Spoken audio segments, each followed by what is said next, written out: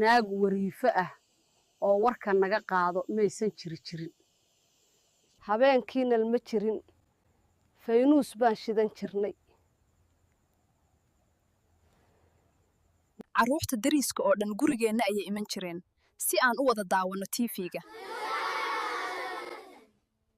dadka oo dhan aniga ayaa ka kireen cajaladaha guryaha waxaa yaali jiray faynuus gambar tarmuus afyaxaas canjalado iyo reediyo dadka qofka ugu taajirsan wuxuu haysan jiray 3 joog oo dhar ah taajiriinta baasta ayay cuni jireen dariska oo dhan way isku imaan jireen wayna sheekaysan jireen